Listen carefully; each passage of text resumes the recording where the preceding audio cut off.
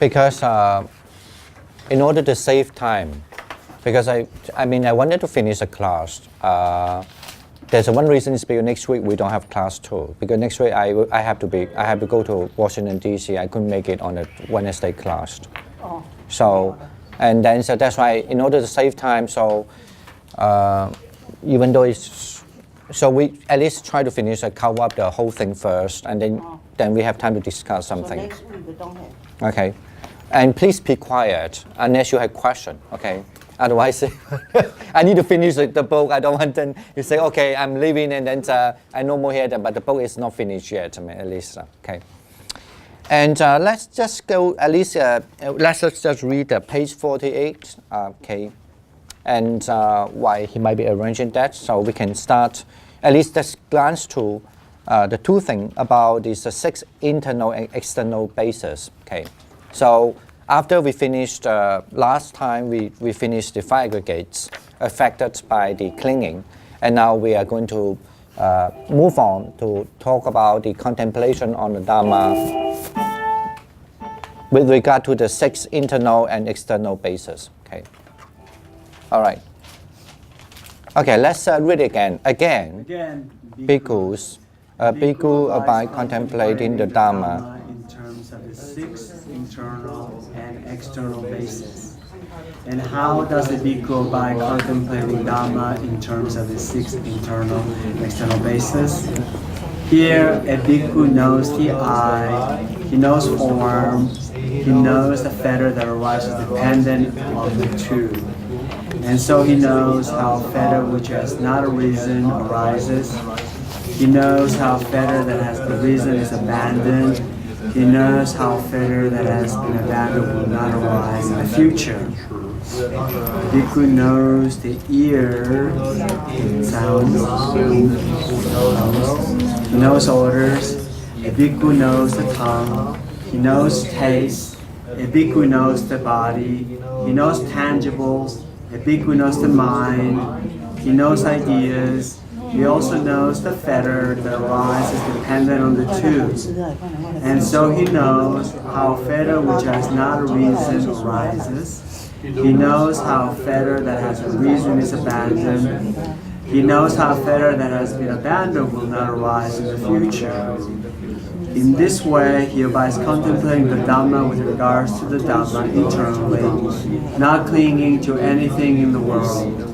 This is how bhikkhu abides contemplating Dhamma with regards to the Dhamma in terms of 6 internal and external bases. Okay, good. So we know that when we mentioned about this in the previous time that we said that when you practice these contemplations to the Dhamma, in other words, mean you contemplate the 5 aggregates. Okay, and you have to understand. Not because you understand the 5 aggregates, like you understand the material, you understand the perceptions, the feelings, the mental formation, as well as the consciousness or the awareness or the perception itself. But you also know how it, what is it, and what is the origin of it, and what is it, the disappearance of it, and and then in other words, you have to know. What is it the form is, or what is it such a thing called the feelings is, but you have to know how it originates and how is the disappearance. Okay. Now I think we discussed that already, and we also discussed that even though you meditate on the 5 aggregates, even though we always call that as the 5 aggregates affected by the clinging, but even though it's normally we understood affected by clinging means it's also for the normal people, but it's not for the Arahant. But sometimes also that term affected by the clinging also can be even applied to the Arahant too. Okay, but of course, because that's how the text said. You know why I want to mention this is the thing it is. Later on, the Mahayana movement came actually. They did also trying to say something that you look even that a certain because all the Mahayana texts in the early time they have to base on the Agama or the Nikaya to justify their position. So actually later on, even if I'm not wrong, there was certain passage mentioned that Arahant should also be understood with the affected with affected by the cleaning, because maybe it's very minor, maybe it's not necessarily, it might be so minor that it doesn't affect the people of Arahant to be reborn again. In other words, every tradition agree that the Hinayana so-called these Arahant because of the factors, so they will not reborn again. But then they still have something remained. Okay, so I just want to say that I know there are lots of people learning Buddhism in around the world. Everybody will try to hold their tradition, but I mean I'm here to open up to just let people understand. Even actually, if you read the Diamond Sutra, if you read any sutra, even the Diamond Sutra talk about the raft.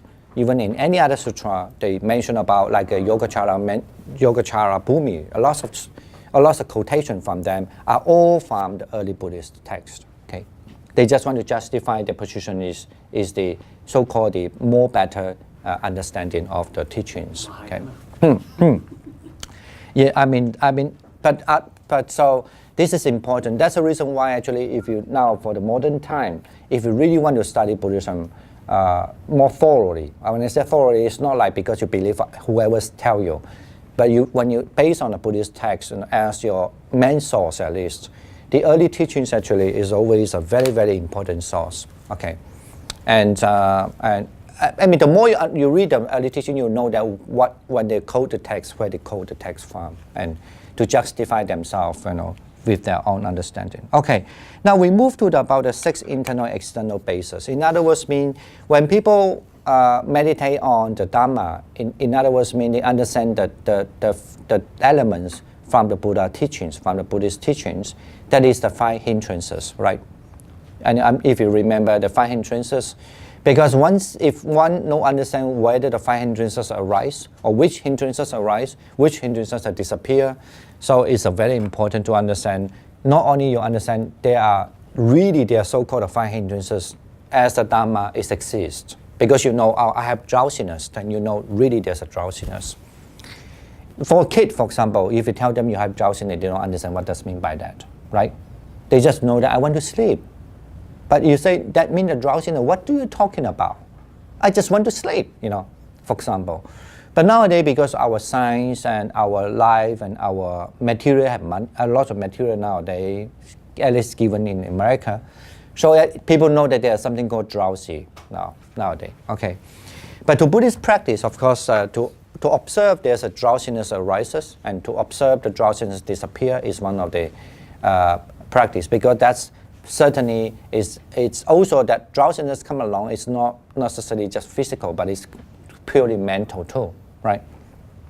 The same of agitation, when your mind have agitation mind, the same thing as when your mind have regret, or something called a regret, or something you call this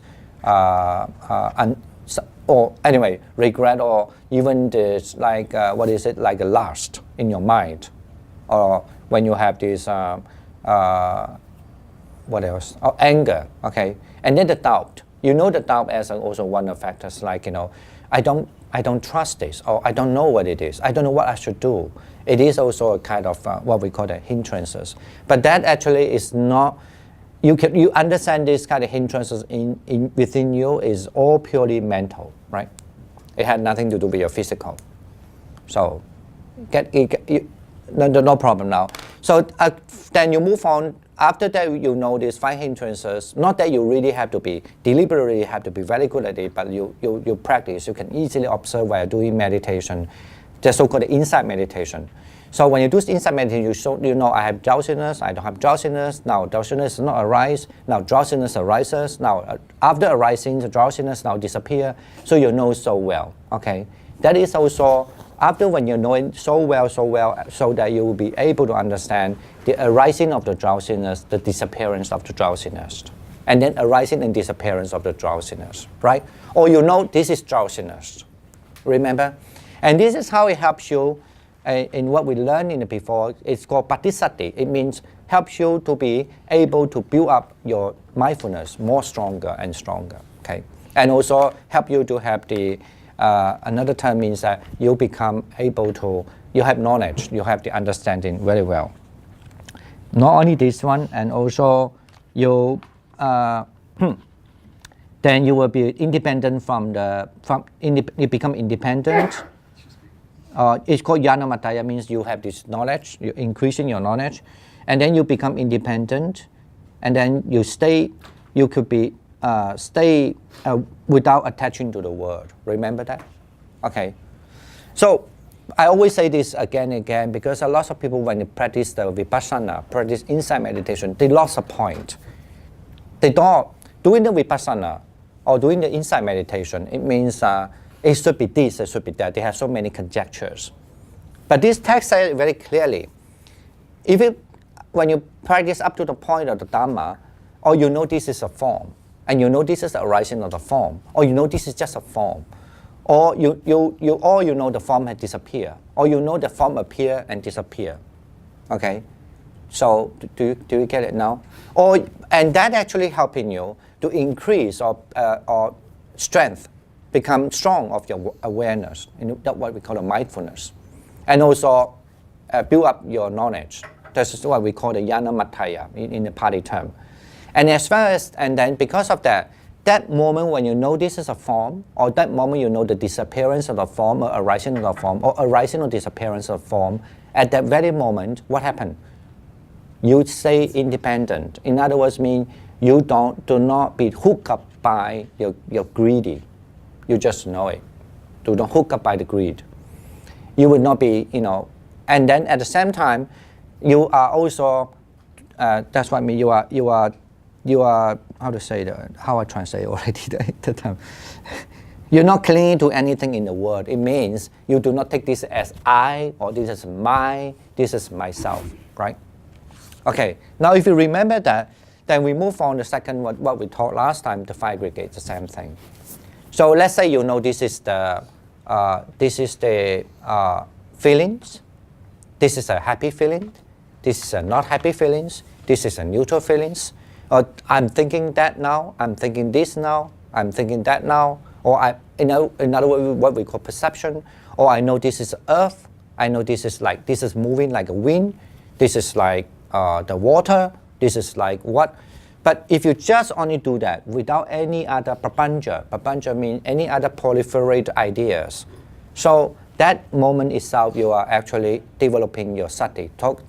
Developing sati, as I say the word in Pali, not the sati, it's patisati. It means you have increasing your sati and also increasing your knowledge.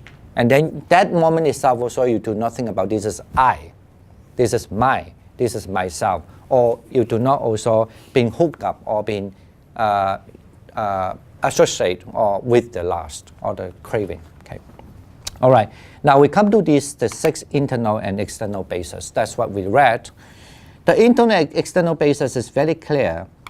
When internal external basis, anyone know what it is? Or anyone does not know what does it mean by internal external 6 bases? The eye consciousness, the consciousness. Yeah, the eye. No, consciousness is not. It's when you say the basis, we on internal we refer to the eye, nose, the 6 organs. But of course, one is not a material; that's the mental. Okay, mental take it as an organ. That's what I meant. Yeah. So let's say the mano, mean the mind, mano. The mind take it as an base, and then the object. That's why they call 12. Sometimes you could talk about 18 elements. Sometimes you can talk it about as like 6 internal external bases. The other 6 is an object of the organs. Like the eyes, the object is a form. Like a nose, the object is the smell, right? Like a tongue, the object will be something you taste. And like an ear, that the sound, the object will be the sound.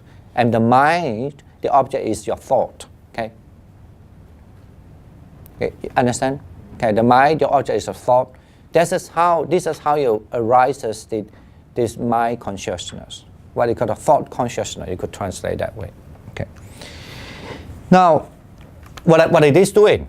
Because normally when you practice the 5 aggregates, that means your physical body, that means you might be, at the time your physical body means only 4 elements. And then your feelings, your perception, I am this, what happened here, what happened there. And also you know your mind was changing and changing and changing. There's a process of mind. And as well as you know that you're looking something, you're aware something. That's what we call consciousness, the 5 aggregates.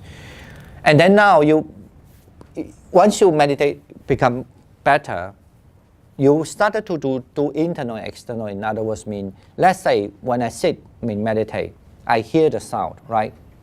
Right? When you hear the sound, so that your base is the ear, and then the object is a sound. So, and then when you hear the sound, you think it's a nice sound. So that moment, what happened? The craving arises. The craving arises within your ear consciousness. Get it now? And then you listen. Oh, that is belong to that somebody, I like her already, right? So what happened? That means your mental, your mind, right? Take this ear consciousness as an object. In other words, your awareness, you mean your mental. Take this as an object. In other words, your thinking, you take your thinking as an object, right? And then you're thinking, oh, yeah, I like to listen because she's a famous singer, for example, right? So especially if you recognize the singer. Maybe first you just only hear the sound, beautiful sound, right? But then when you think about it, oh, I know this singer immediately. So that you recognize who the singer is. And then you thought, oh, that's one of my favorite. And then you have more craving, right? On the contrary, when you hear the sound, I'm giving another example. You are meditating. You are observing maybe the 5 aggregates. Say that I know I have feelings, good feelings. No, now I don't have good feelings. Or maybe I'm observing there was something moving in my body. Maybe I'm just only observing the moving. Say the moving is the way of moving like dropping, okay? Like water dropping. So I'm observing the dropping. That means you observe the body, right, as the 4 elements. And or you say the 5 aggregates. That means the material. But then you also feel nice. That means you actually, that time when you feel nice, you feel nice, you feel nice. That means you meditate on 5 aggregate in terms, as to this, the feelings, right? Or maybe you're just dripping. Dripping is a perception, right? You are knowing it's a dripping. Or you know that when you're dripping, you're observing there's something dripping. Looks like a dripping down, dropping. Am I right? Dripping is a word, right? So let's say that you are just dripping down, and then you still understand there was something in your mind like, oh, this is dripping is because just now it was this, and now it was what, and so there's a process going on. So that means you meditate on the mental formation. You know that why I like this dripping, why I have a reaction with the dripping, for example.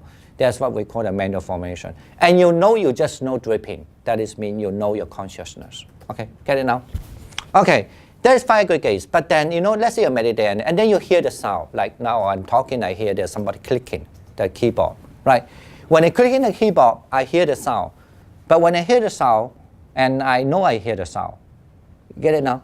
I know I hear the sound. This is what we call internal organ with the object as a sound, external object, right? When the sound contact with my ears, I hear the sound, but I know this is the clicking from a computer. How? Because with my experience, I know how when you type on the type on the keyboard, that's how the sounds come, right? Right. Of course, I can be misunderstood, but I want to say, my mind was thinking that way. That my mind is thinking, he's actually is not tapping the computer, tapping something. But because the sound is so similar, and I thought that is from the computer. And I have a reaction. What kind of reaction? I maybe feel happy or not happy or neutral, right? Okay, now the important here, say that, giving the same example maybe about meditation. While you're seeing the dripping, you hear the sound, and then if you think, oh, that's nice sound, you arise greed. That means the factor. The factor arise. Okay. And then if you don't know that factors arise, what happened? You were thinking, oh, this person the sound looks familiar to me. So who that person? And then you found out, at first you thought it's beautiful sound, that's why you arise it. But then you found out, that the person I hate, I don't like this singer. You've gone too far. Right? You don't like the singer. And then you start to feel different. You feel hatred arises. Unpleasant sensation come around, right? And then you're back to your hearing. So because of your mind have the object of another person, that person you don't like, right? You get it now? You know what I'm saying. And then that's why you arise, because that person you recognize. Let me think about who. Let's say Elton John. You hear somebody singing, and then suddenly you came in your contact with your ear. You thought beautiful voice. It's a male voice, you know. It's beautiful voice. You have arise a kind of factor, naming the craving. You know, I want it more, because when you like it, you want it more. That arises already. And then suddenly you thought that sound familiar, and then you think, oh, that's Elton John. Say that you don't like Elton John. Not that you like, you don't like it. And then, oh, awful, Elton John, because for whatever reason you just don't like Elton John in the past already. So, and then you start to think, oh, that's not nice. And then you hear, oh yeah, really Elton John, I hate this sound, right? You change your mind. You get it now? Don't tell me you never have this experience. I had the exact experience. Exactly the person. Exactly the person. The exact singer. Exactly the singer. I see. So, you know, but then that the first one, the factor was came to your ear because you didn't get it well, you didn't understand well, so the craving arise. And then your mental have the object of try to recognize what it is sound is about with the object of the thought, and then you have another arises, another conscious, you know that is Elton John, okay? Actually might be not Elton John, okay? Say that you first know it's Elton John, and then you hate it because you hate Elton John. So the hate, and then because of the hatred taken away, and then when you hear that again, and then every sound comes to you is with the factor of hatred, okay? Get it now? With the factor of hatred. But later on, so you cannot bear. You ask the people, stop playing that. Because I hate Elton John, don't you know? But they say, no, I'm not playing Elton John. I don't know any other singer saying. And can anyone, I don't know the that's too long, too far. Yeah, let's say I'm just playing the Beatles, so that's too far away, but too distinct character. Anyway, you know what I mean? But you say, oh, the Beatles is one I like, you know, and then you change again, right? All right. So this is what means that at least this kind of experience telling you actually will arise a factor when you hear, when the ear have the contact with the object, the factors arise already. Okay. The same thing with the smell. Okay. The same thing with anything. Now, and your mental also. Your mental take a main part too, because your mental always easily, right after this, and then it will drag you to the mental understanding. And then your mental understanding, the interpretation will change whatever sound you hear again or whatever taste you make again. Get it now? So something like I always like Cantonese food, right? Even if I feel something not so nice, and if people telling me, this is exactly I'm cooking Cantonese taste, really? Then I would just look at it again. Yeah, maybe it's true. Then I would like it again. Right? No, you don't have those experiences. Trust me, you don't have those. Now, even this is why practice is not only just in meditation. Yeah, when you're aware, you meditate. Okay. Now that's back to the subject. It means that so you will know how here it say that how this is. I mean, you know it's he knows that how the arise. Depend on the tool, right? And then actually I give you a note here because I find this is important. On your note, so they have a text called On the Elements of Six Spaces. From the Samyutta Nikaya, there's a say called Untamed and Unguarded. Okay.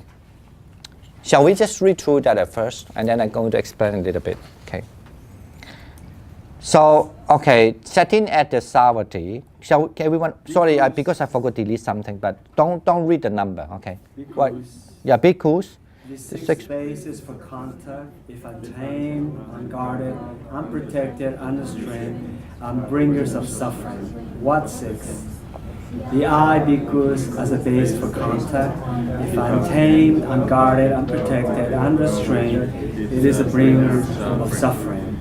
The ear as a base for contact, the mind as a base for contact, is a bringer of suffering. These 6 bases for contact, if untamed, unguarded, unprotected, unrestrained, are bringers of suffering. Bhikkhus. These 6 bases for contact, if well tamed, well guarded, well protected, well restrained, are bringers of happiness. What 6? The eye, continue. The eye, bhikkhu, as a base for contact, if well tamed, well guarded, well protected, well restrained, a bringer of happiness. The ear as a base for contact, the mind as a base for contact, is a bringer of happiness. The 6 bases for contact, if well tamed, well guarded, well protected, well restrained, are bringers of happiness. This is what the Blessed One said. Having said this, the Sublime One, the Teacher, further said this. That 6, all bhikkhus, are the basis for contact, wherein, unrestrained, one meets with suffering. Those who know the way to restrain them, dwell uncorrupted with faith in their partner, having seen forms that delight the mind, and having seen those that give no delight, dispel the path of lust towards the delightful, and do not soil the mind with hate, thinking, I'm finding this unpleasant. Having heard sounds both pleasant and vacuous, do not be enthralled with pleasing sound, dispel the course of hate towards the vacuous, and do not soil the mind with hate, thinking, I find this unpleasant. Having smelled scent of fragrance and delightful, having smelled to a putrid stench, dispel aversion towards the stench, and do not yield to desire for the lovely. Having enjoyed the sweet and delicious taste, and having sometimes tasted what is bitter, do not greedily enjoy the sweet taste. Do not show aversion towards the bitter. When touched by pleasure, do not be enthralled. Do not tremble when touched by pain. Look evenly in both kinds of contact, pleasant and painful, not drawn or repelled by anything. Common people of proliferate perceptions percipient, that proliferate and become engaged, having dispelled all the mind's worldly play, advance along the road of renunciation. When the mind is thus well developed in 6, if touched, one's mind never flutters anywhere. Having vanquished both lust and hate, all bhikkhus go to the far shore of birth and death. Okay, get it now? Yep.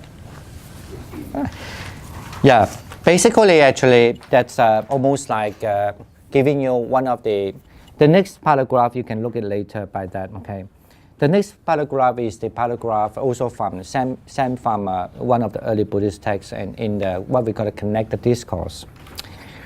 That time the Buddha also, with regard to the practice of 6 senses, internal 6 senses, and the what we call the external bases, the internal bases and external bases. He talked to the monk called Malung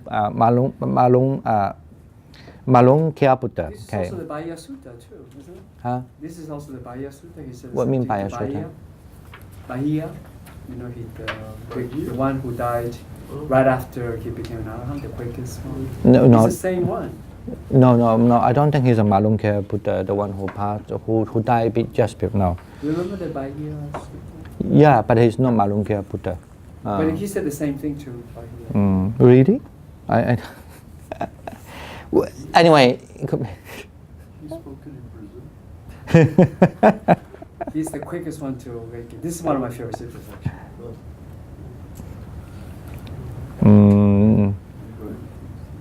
Basically, it means it's the way to guard the senses. It's certainly the way to guard the senses mean you would not allow,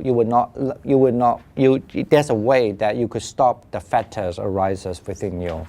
So, in other words, mean you do not. This is a 5 accurate.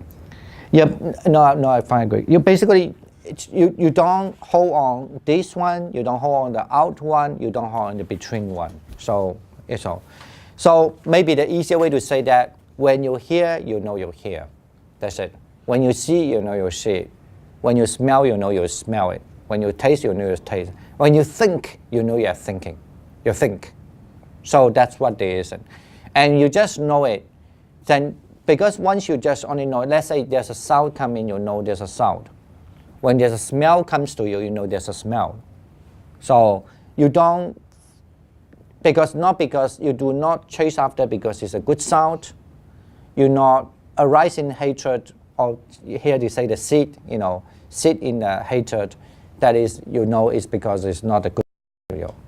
So you just know sound, smell, see, taste, think. Then you would not, because you just know it, so then you would not be interfered by your further interpretation. Okay, that's what actually what that's the main point is. Here, once you do that, but this is a little deeper, and a little deeper is that once you do that, you're able to do that, and it knows that, so whether the factors arise or whether the factors has, because arise because of two, and they know the factors is not arise, or he knows the factor arises abandoned. Okay, get it now? In other words, so that if you still, you might be, let's say you hear the sound, you say, I like it, then you feel delight. Let me translate this again, I guess. When I say you feel delight, you have this craving mind, you want it more, arise.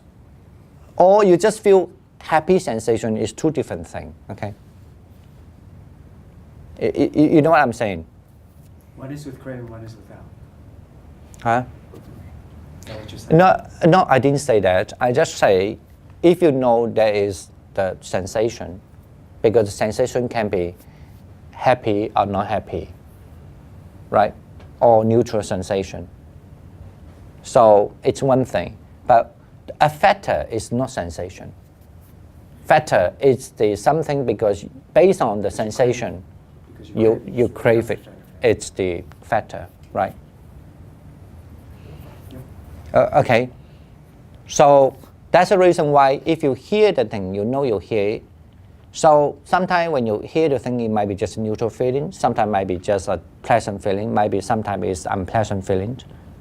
So, but if you do not let it be go on, and then that's what we call the restraint. In other words, then you stop the factor arises.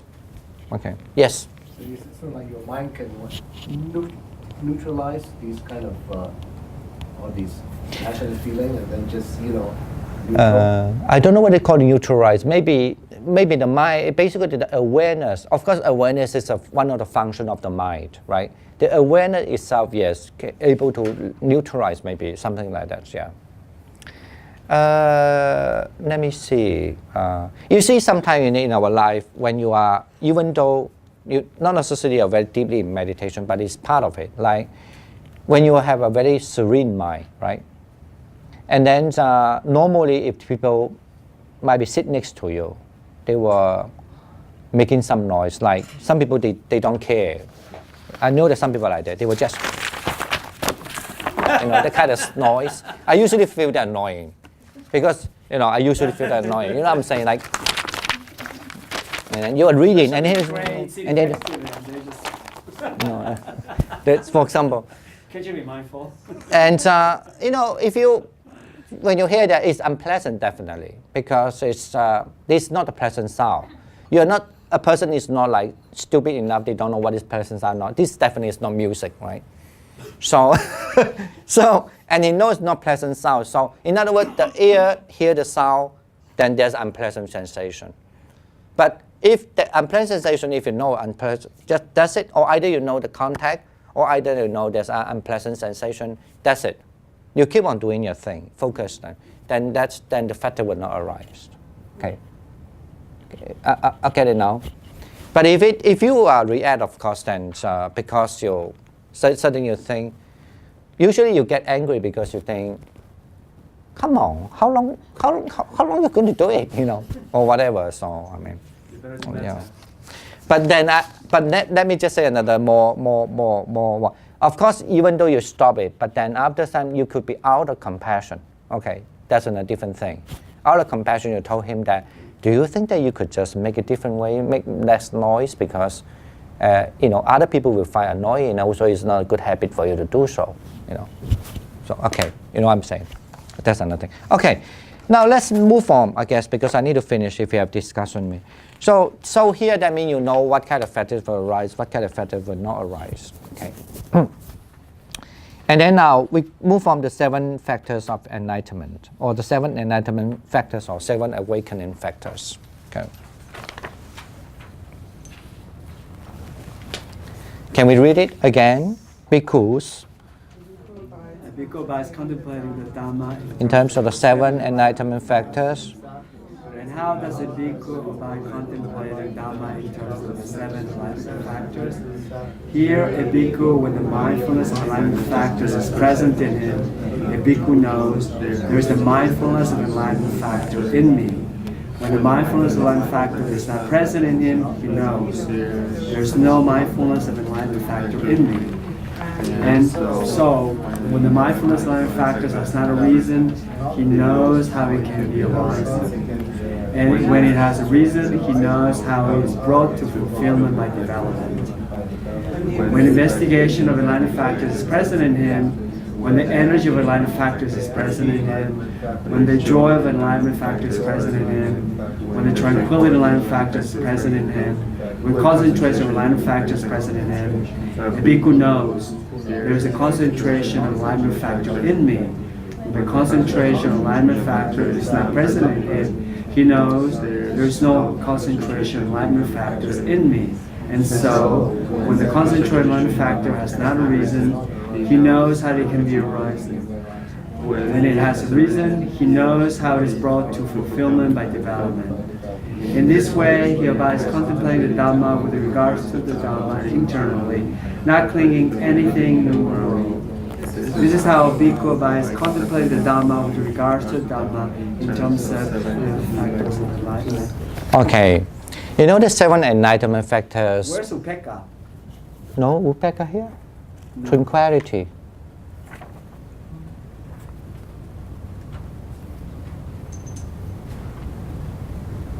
Upekkha is equanimity, isn't it? Is it 7? I don't see it, Upekkha, the last one.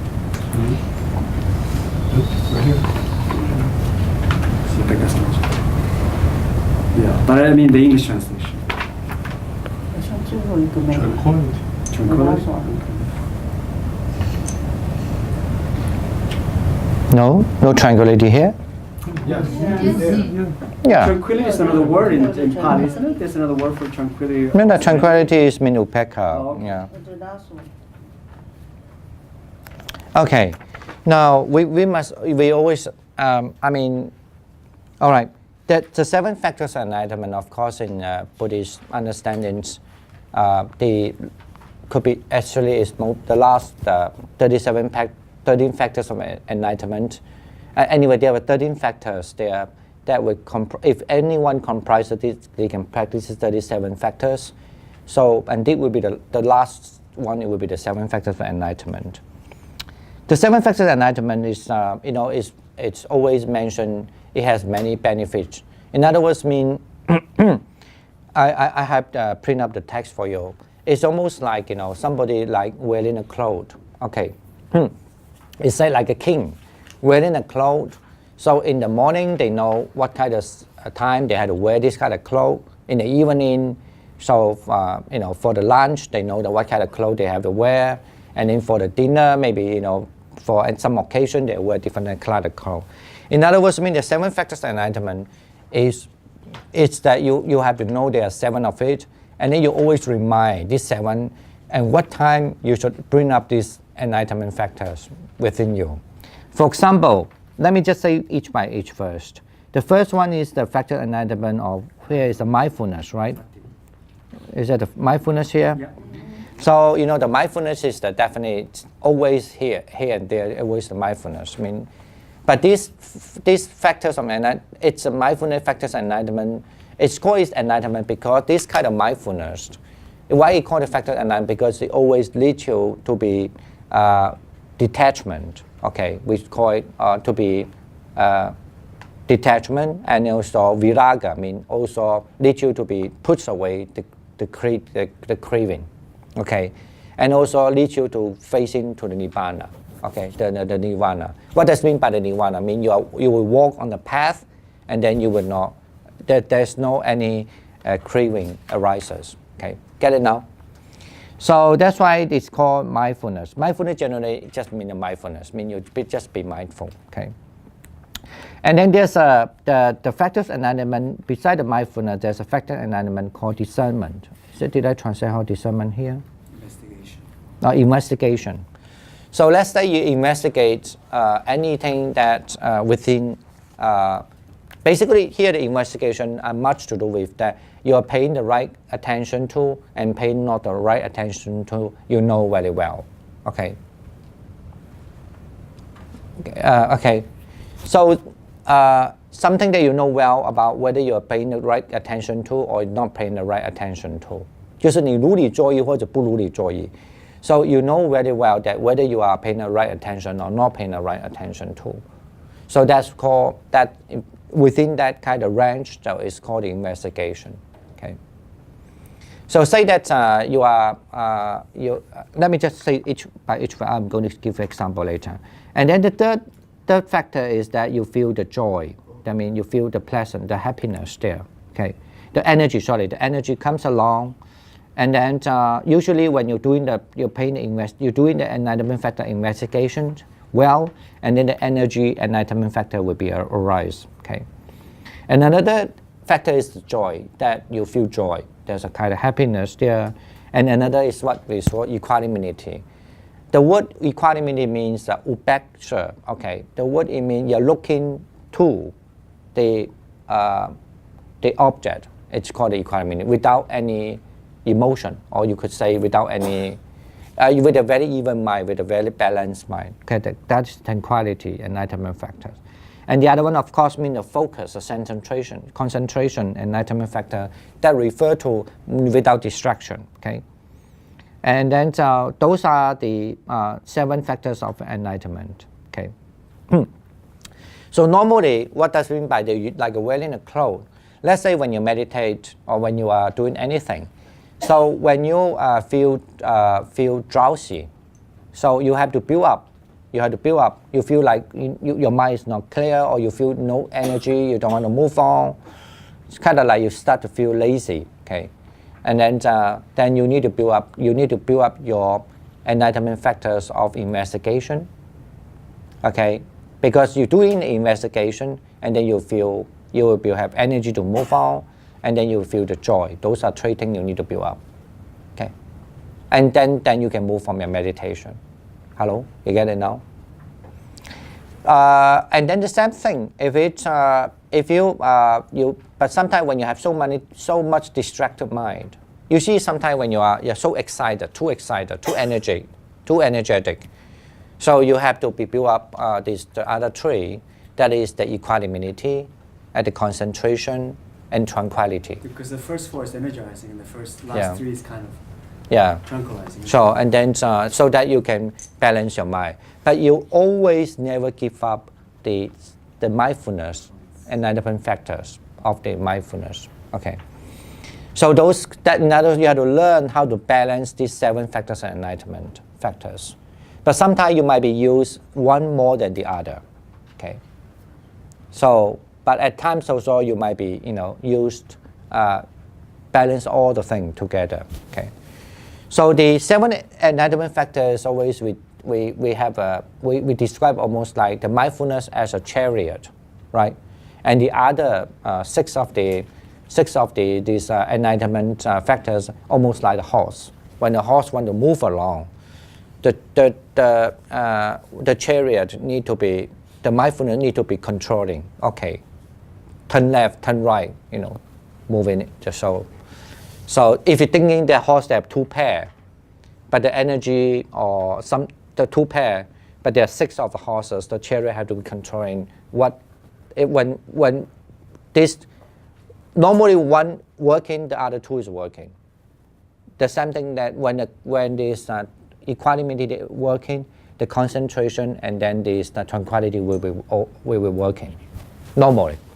In other words, mean it's very hard to build up the energy enlightenment factors if you don't build up the investigation. The one. The same thing is more harder to have the more concentration if you don't build up the equanimity. Okay, I'm talking about enlightenment factors. Okay, so those are the 7 enlightenment factors you need to build up. So now let's mix the pictures again. Before we say, there's a 5 hindrances, right? Remember, aware the 5 hindrances. Hello, you might feel boring. It's very, very important. Because why I want to say it's important, everybody thinking about enlightenment, or everyone want to get an awakening, everyone want to be enlightened, right? According to Buddhism, if you don't understand the 4 foundations of mindfulness, there's no way you'll get enlightenment. To understand this is not recite by heart. It's understand what does it mean, okay, what the content of it, the meanings of it. So I'm saying that also, if you practice on the Dhamma, you know the 5 hindrances, you know the arising and the ceasing of 5 hindrances, and then you also know what is 5 aggregates, how that 5 aggregates how the 5 aggregates really working with him, okay. And then you also know, when you talk about 5 aggregates, you also talk about there's internal, external of your organs, right, including your mind and your eyes, your object. And then now, this once you know, in other words, you know the material of your sight very well. You know the internal object, the external object very well, right? Whether it arise factor, it doesn't arise factor, and what causes the arise factor, what does not cause the arise factor. Remember? And mentally, you also know very well that you have this drowsiness, you don't have drowsiness gone, maybe agitation come, agitation gone, regret comes, regret gone, and something comes, and you know very well. That's purely mental. And you also know my body, when you observe the body, it's just only the elements there, and then either the feelings there, either the perception there, either the mental formation there, either the awareness itself there, right? So that's how you're observing whole Dhamma, the Dhamma, right? Now, all this, it's, you could say, how to say, I don't know. I mean, this is not enlightenment factors. You get it now? The enlightenment factor is within this, you still know that now I have these enlightenment factors of mindfulness. In other words, I aware this, but when I aware this, I also aware my factors arise, my factors not arise. But what does it mean by the enlightenment factor of mindfulness? It means, and when it not arise, you know it's not arise, okay? I don't know how to say. Actually, it's a very deep kind of mindfulness. You know very well. You don't have, your mind is completely pure, that you don't have any factors arise. Okay, but it's a kind of mindfulness. At least when I say not arise, means it will not lead you to be going out further. Will arise this problem. Okay. Now the same thing for the enlightenment factors of the investigation. Say that I know all this kind of Dhamma when I meditate already. And I can meditate on my feelings only. Remember the meditation on the mind. So I know that I have advanced meditation mind or I have a not advanced meditation mind. Remember, if you remember the list, I have this so-called this, I have the immeasurable mind, or I don't have the immeasurable mind. Okay. And or even you know that I have this kind of mind with the greed, I have the mind without the greed, and or lust, and so on, right? But once you know all these things, then you started to understand, you have the pure side of the mental. Say that I have the mind arise with the impure mind. When I see a person, I have the hatred arise, right?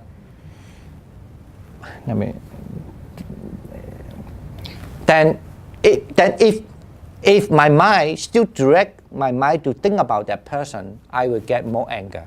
Get it now? So then you know that you are in the enlightenment factors of investigation. Then you know, because if you go further, you will start to add up the anger. Get it now?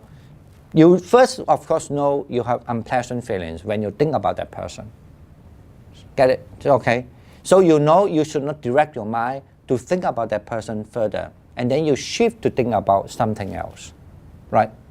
That's what I mean by the investigation factors of enlightenment.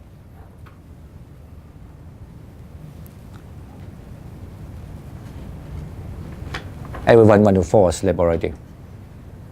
Okay, when you go to drowsiness, it's also one.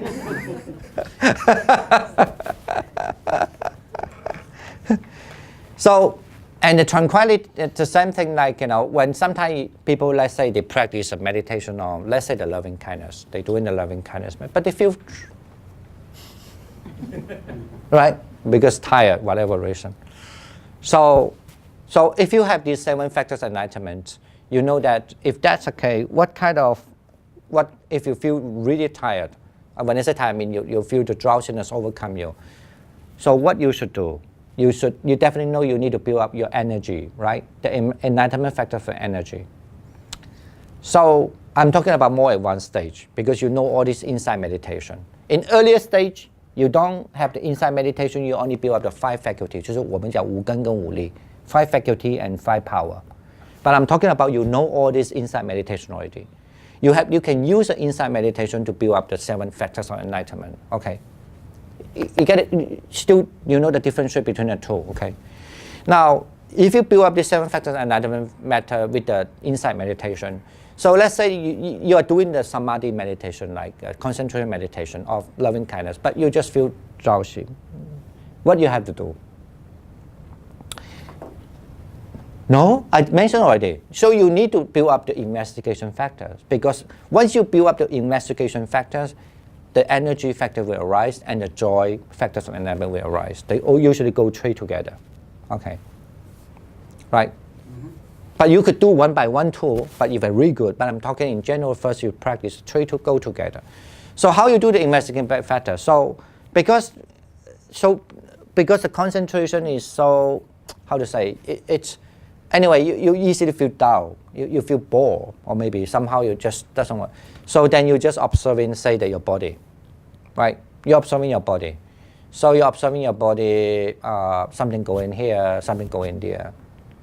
And you feel, you start to feel more energy because you don't feel bored. Hello? You get what I'm saying? So that's the reason, that's what I mean by the investigating factor. Of course, the investigation factor, you could be investigating the Dharma, either in material, either in feelings, either in your mind, either in your mind process, right? Those are still in the investigating factor, but it has to do with whether you are paying the right attention or not right attention. So imagine if you can raise this kind of right attention, then you feel energetic. So that's why then you after doing this kind of meditation, you're back to do the loving kind of meditation, and you find, oh, I can do it well now. I just feel energetic. So you don't feel like, oh, it's so bored sitting there like that, right? So on the contrary, sometimes when you meditate on insight, and then you feel too busy, right? Too busy. So then you need to establish the equanimity. If you have never learned any equanimity, maybe there are many ways of build up the equanimity. But one way of building equanimity, of course, you practice equanimity meditation, or because you have jhana power, at least you have the 3rd jhana. The 1st jhana, the 2nd jhana, the equanimity is not strong because they are more embedded with the joy and happiness, the 1st, 2nd jhana. But when you go to the 3rd jhana, the equanimity and the observing are more clear, and it's definitely the 4th jhana. So that's the reason why then you need to enter the jhana. You go to the 3rd jhana, you go to the 4th jhana, then you're back here to do the observation. Okay, let's say. So then your equanimity established. When they're established, you will find your mind would not be too agitated. Even though you're doing the insight meditation, then your mind will not be running too much, right? So but important what the point now so far I want to say, you will find the enlightenment factor is very different from what we talked in earlier time already about the 5 faculty, 5 roots. The 5 faculty, remember the 5 faculty, the faith, the first one, the energy, and then the mindfulness, the samadhi, and wisdom, right? They are the 5. But this is the last one. But that last one has to do, that's why according to Abhidharma or according to any school will say that the 7 factors of enlightenment is only happen in insight meditation. You cannot say, because yeah, it's always only in insight. So that's why there's one of the texts in Samyutta Nikaya.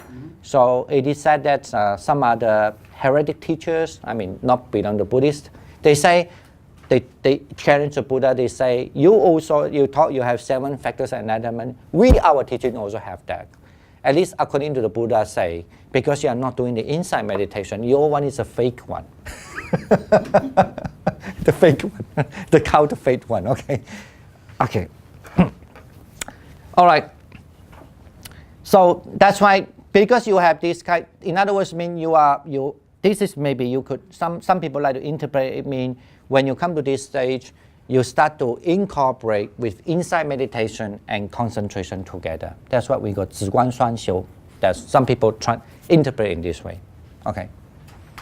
Again, because this is definitely it's very important part to do with what you know what is mean the insight already, but then you also have to take care with your concentration and insight, incorporate it. Okay.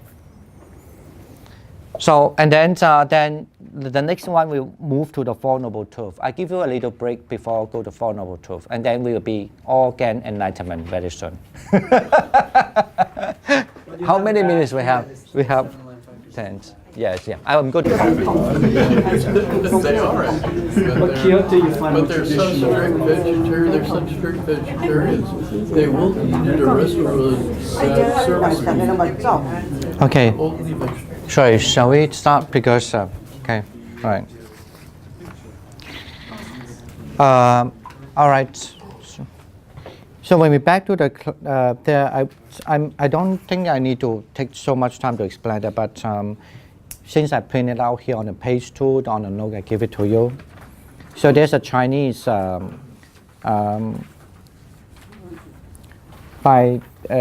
a Chinese anyway, it's written by one of the very famous Chinese monk Hui Si. I think he's a teacher of the Tiantai famous Zhizi Dashi also. He's a teacher of him. And he had written about the text about the basically means the meditation method, okay, on all the Dharma. But this is said very clearly is about the 4 foundations of mindfulness. So I said many times already in the earlier time, a lot of people who learn Mahayana Buddhism, they thought 4 foundations of mindfulness is a Hinayana text. This is completely wrong, okay. Because if Buddhism do not talk about 4 foundations of mindfulness, it's completely gone, then the Buddhism collapse. So even I'm sure this was written by this Hui Si, the teacher of the Tiantai famous monk called the Zhiyi Fashi, Zhizi Dashi. And I'm sure that another text which I didn't put it here, even the Zhizi Fashi also, he also have written a very, very long article about how to practice the 4 foundations of mindfulness as well. So even I think I did mention in the last time, he mentioned very clearly, if anybody does not understand the 4 foundations of mindfulness, so then this is not called the correct Dharma. That means they go to the wrong Dharma. Okay. you don't, as I say, but luckily we have these kind of passages over there. You can go back and read. Look at this 智依法师四念处. So he had a very long 四念处 means the 4 foundations of mindfulness in Chinese. And now I'm talking about the Hui Si, because I also I want to see how it interprets this internal Dharma, external Dharma. So in his kind of practice or his system, okay. So I will just roughly just translate first. He understand that, let's understand, when we say the internal Dharma and external Dharma, they mean the internal, what we call basis and external basis. So incorporate with the dependent arisings, to understand the dependent arising. So basically in Chinese, you want to say, of course, all the defilements comes along, all originate from because of ignorance. Okay, 无明. Okay. So like when I look at the form, then the mind will arise this craving, the craving mind. So that kind of craving mind, the kind of craving itself is the ignorance. So, and then this kind of ignorance will create the karma or create the actions due to the craving. Okay. That's why we call that as the sankhara. Remember, when you look at this dependent arisings formula, the first the formula will be the ignorance. The second is the sankhara, meaning the formation. So because of the eyes, you create the karma. That's why it's called formation. And then when the mind aware these things and understand this, that's why it's called the consciousness, right? Remember the dependent arising the list. The third one is consciousness. Due to the sankhara, consciousness arise. Remember, okay. So and this kind of consciousness, so when it work with this form, that's why it's called the nama rupa. It means the form, the mental form, right? We have that kind of form, means the mental form and the form. Okay. Mental form means because let's say I know what I'm doing, even though it's a mental, it's a physical thing, but still your mind know it. That's called the mental form. So let's say the feelings and all these are the mental form based on the form. Okay. So that's why the six bases arise six kind of craving. This is what we call the six bases, right? According to the dependent arisings formula. 因入求受名字为处 because when there's a contact or when there's entering or otherwise you could translate as back, there's a contact, so then because you want to have this feeling, so that's why the contact arises. Okay. And then when someone observing this dharma understand this kind of form, that means kind of either the mental form or just a form. So that's why it becomes this is what we name it as the feelings. Okay. Now because of this craving mind, that's how we have this called tanha, the craving, or I don't know how to translate craving or the craving. So you look around, you want to grasp everything. So this is how you are grasping. And such a dharma arises, that means you look around and you want to grab something, so that's why it's called grasping. Such a dharma is arises, that's why we say becoming. So this all is the dependent arising. Yeah. Yeah. And then they are continuously without interrupted. This is why it's called reborn. That means that's called born, right? I know it's very hard for you unless you really know the list of the 12 list. Okay, that's why it's called a born. And then, however, because everything is actually also being broken also, I don't know. So this is why it say is marana, mean the death.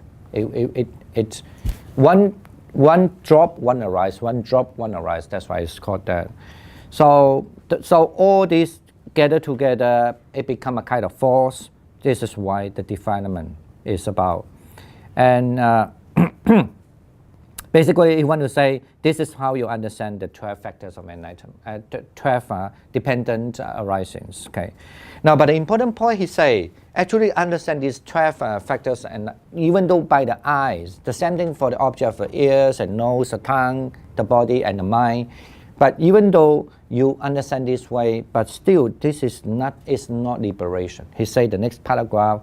So even though you know how these kind of defilements arise, how it comes to be the 12, the dependent arising, but this itself would not give you liberation. He say if the one to get the liberation is he has to able to see that when the eye see the form, the craving arises, the craving mind arises. And this kind of craving mind arises due to the ignorance. And this ignorance is the cause for is a cause for this craving to create the karma. So this is what we call the formation. So in other words, I'm not going to explain everything. He wants to say basically his main argument is that if what really help one to be liberated is able to see really the cause of the cause of the ignorance. At the same time also understand the cause of ignorance is the motivation, basically is that the main motivation of the ignorance is the craving that would move forward. Okay. Right. Okay. That's what he want to say. That's only that way if you can see that, so then you can able to break this craving and as well as understand the ignorance. Okay. Hello. Yeah. Okay. Okay. Now, now let's back then. This is. But I mean, I think it's this. I hope that is somebody translated in English, but it's. That we have a lot of very wonderful Chinese texts not been translated. Mostly people translate also only the popular text. But those are the meditation texts are very, very important in old day, in those days. Okay. Okay. Let's just back to the Four Noble Truths now. Okay. I want to say that because it looks like when I read the Pali text or even I read other, I suspect that when we practice this internal, external, when I suspect I kind of agree that when you're up to the point when you practice the contemplation of the Dharma, you certainly have this understanding of the dependent arising already. Because from what I see the content and blah, blah, blah, blah, blah, how this suffering comes. Okay, so that's why I agree what he said too. It looks like his at least his interpretation with regard to practice of four foundations of mindfulness, it's even, this text is written during the 567, 6th century, okay, just before the 10th dynasty. 就是在南陈北齐嘛的时候，and if we look at the Chinese history, so anyway, Hui Si is a very famous meditator, the one later on, he believed that he went to Nanyi Sama to found the Tentai school, okay. Right, and then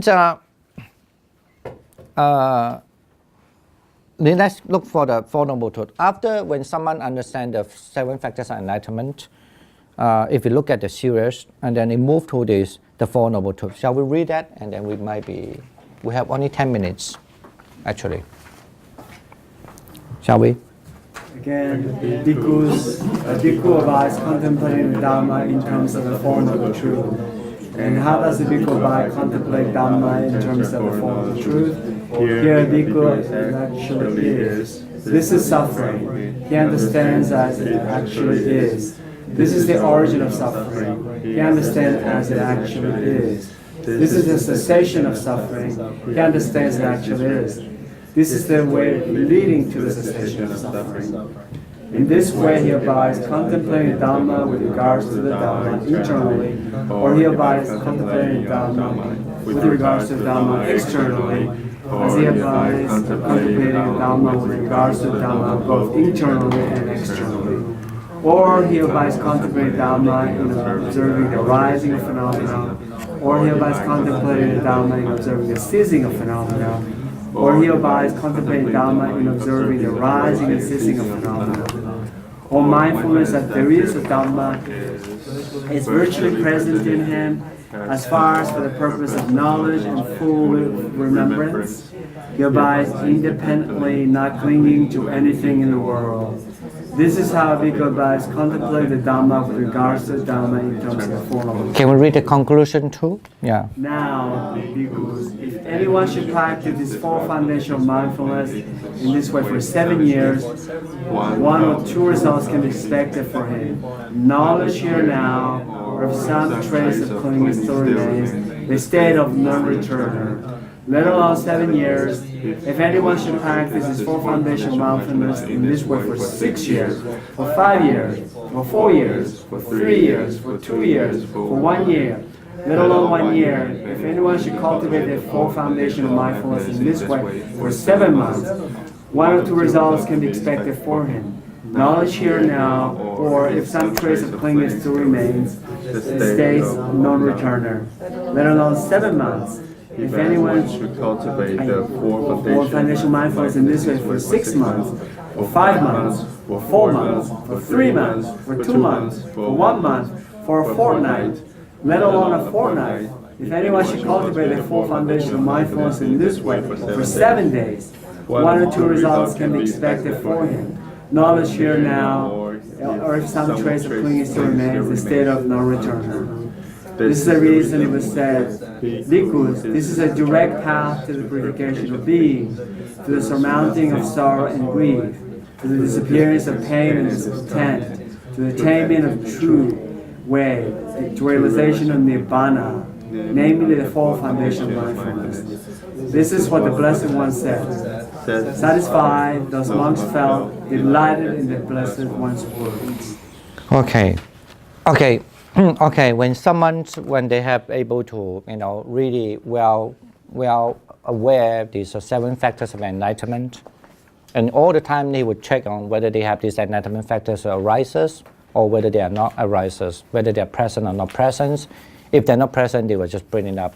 Sometimes just like wearing a cloak, as I say, in a certain occasion, you have to be really clearly that you need to present a certain kind of enlightenment factors, and then some other enlightenment factors might not necessarily to be present that so strongly. Okay, sometimes you need that when any kind of enlightenment factor is not there, you need to bring it up. But after all, the main thing that you could say, the most important thing of the enlightenment factors, it always has to be there, is the mindfulness, enlightenment factors of enlightenment. Okay, and then you move on, then you will understand, at least according to this text. So then the person, how then they will understand what is the suffering and what is the cause of suffering, what is the cessation of suffering, and what is the path leading to the cessation of suffering. For example, so I think this is much more than just only knowing whether you have factors or without factors, whether you have enough concentration or not enough concentration, whether your even mind or equanimity is established well or not.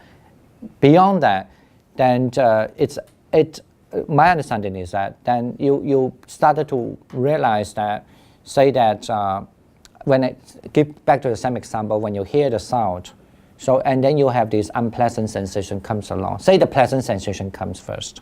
When you hear the sound, the pleasant sensation comes along. Because with your all experience, all the experience you have from the past, your practices, that what we just mentioned, and then this is the suffering, right? Because the sensation itself is suffering. Either it's a good sensation, if you don't guard it well, it leads you to be problem. Right? Whether the pleasant sensation, whether the unpleasant sensation, whether the neutral sensation. The neutral sensation, because you know very well, if you don't know that neutral sensation, you become dull, you become lazy, and you become foolish people too. Because you don't have a pleasant sensation, you don't have the unpleasant sensation. But when you have an unpleasant sensation, if you don't guard it well, you will lead you to be what? Anger, hatred, right? So that's why in Buddhism, if those people who learn the Buddhist teaching, they say all feelings are suffering, right? If you remember, all feelings are dukkha, right? So that's how you realize that. So that's why I just give this one example. There are many everything. So let's say the eye is the same thing. You could see the person, that you like the person, you don't like the person, that regard of feeling, it's the same thing. You see, today I like this person, tomorrow I don't like this person. Other day I see this person does not exist. So all this is still the suffering, right? You get it now? And also, that's with regard to the sensation. Okay, the same thing with your mind interpretation too. You know very well. Today you agree with these people because of his looks or his faction. Tomorrow you don't agree with these people because of look of faction.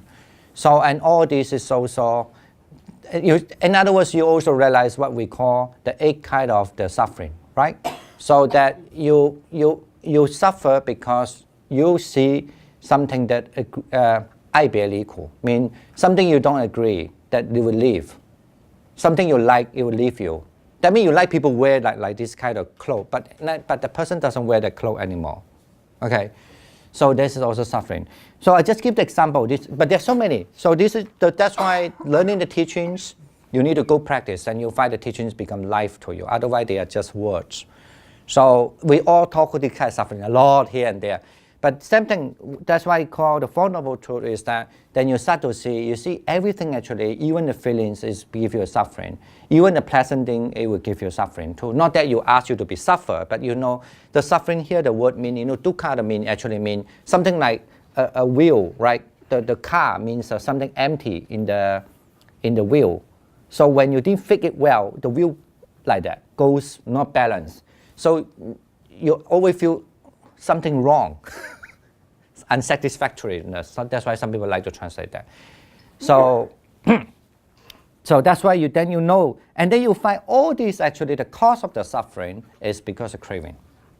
So that's why then you know there's a craving, and all this, and when the craving ceases, and then you attain like a nibbana. That's why you go cease of the suffering when the craving is not there. And then when then you know the way actually is the right view, the Noble Eightfold Path. Remember, because you had the right view, you had the right thought, you don't think wrongly. Let's say you see people you meet people you don't like, you arise unhappy sensation. This is suffering. I don't blame anybody. That's it. Get it now? But if you blame why that person has exists, then you get anger. So then because I know it's there. So that you know when you meet somebody you don't like, that is about to be happen, and then that is a suffering.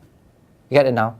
And then you will find because of you realize this thing, and then you realize that is your craving. Say I don't want this is your craving, or I want to run away is also a craving. So, or if you can, this is just talking so easy. To practice is very difficult, I admit. But I just want to say, that's how you practice, right? And then you say, that's how it is. You bound to meet somebody you don't like. For example, this is just one of the example, right?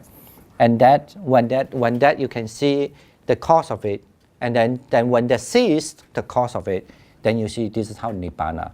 Perhaps that person still you don't like, still in front of you, but it ceased the cause, that means the craving, right? That you create something good that you don't want this happen. Okay.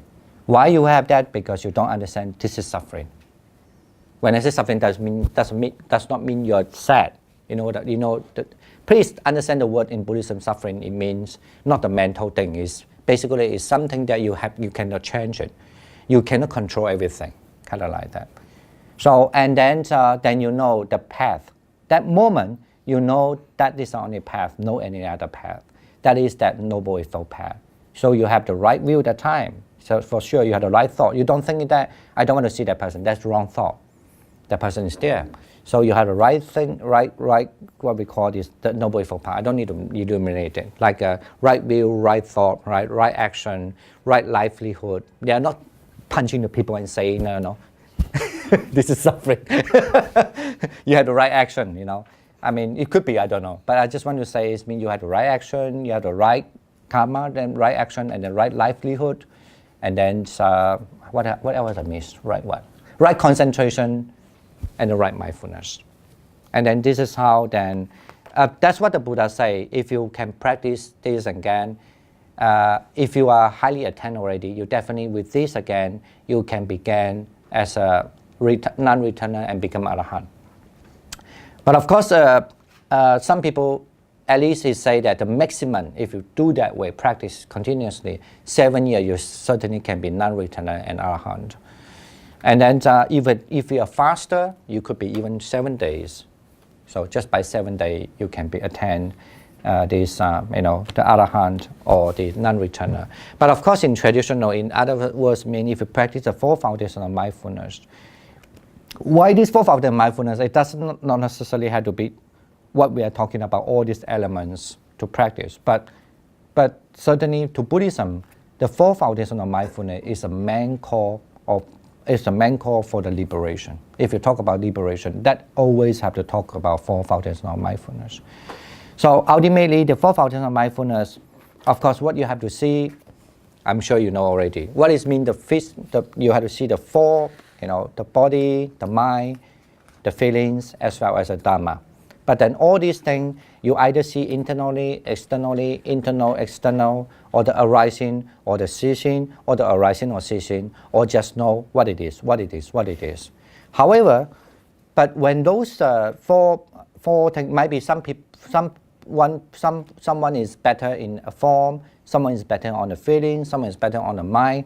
But the Dhamma is very important because the Dhamma always relates to the 5 hindrances, and then the main thing is the 5 hindrances and the 7 factors of enlightenment.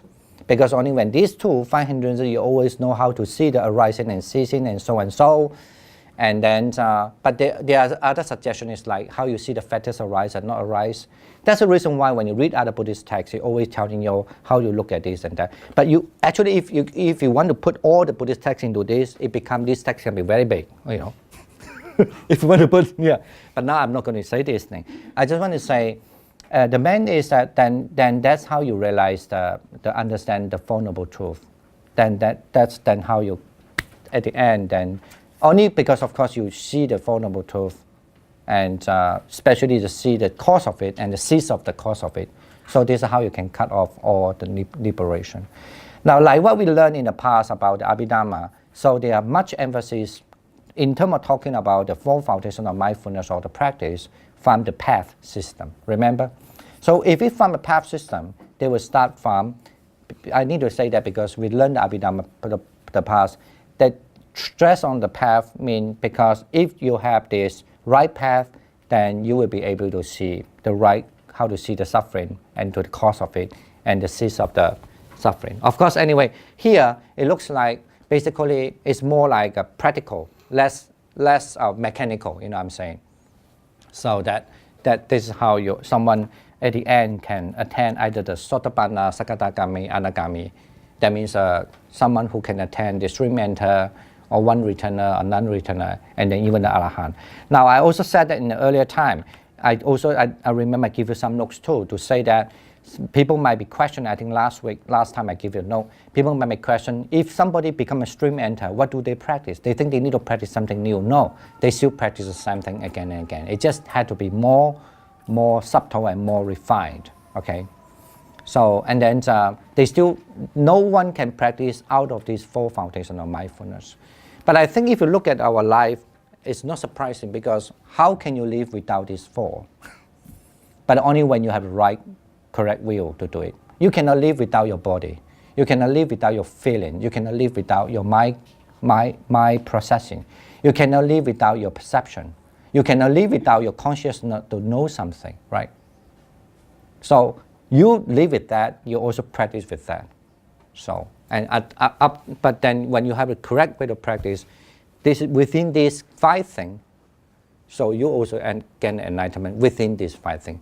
Maybe this is why in Chinese there's a way to say, we born as a person and then we become a Buddha as a person. So in other words, because you cannot live out of this, okay? You cannot live without these 5 things.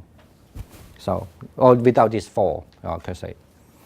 When I say 5, I mean like 5 aggregates. You cannot live without these 5 aggregates. That's also why one Buddhist text said that, what does it mean by the all universe? The all universe to the Buddha to understand is the 5 aggregates. Because how you look at the world, how you look at the universe is within these 5 aggregates. So if that is true, then how you can seize this 5 aggregate is also within the 5 aggregates. Mm-hmm. Okay, all right, so I will end these teachings because next week we're not going to have, and after next week, right? What's the date, do you remember? 27 will be our last class here, but I would hope that even though people who are not joining the 4 foundations of mindfulness, at least we have a little something to eat. I don't know whether we have something to eat, but I presume yes. So Ben, it would be nice that you make your time and then to be here, and everybody can union again, you know, and to keep up our memory. I don't know. Okay, thank you for the class. Sagalanta, maybe to just, yeah. ภาษาสัตตาจะปุมาตาเทวานังกามาหินทิกาพุญญันตังอนุโมทิตวาชิรังรักขังทุศาสนังชิรังรักขังทุเตสนังชิรังรักขังทุมังรัง Sadhu, sadhu, sadhu.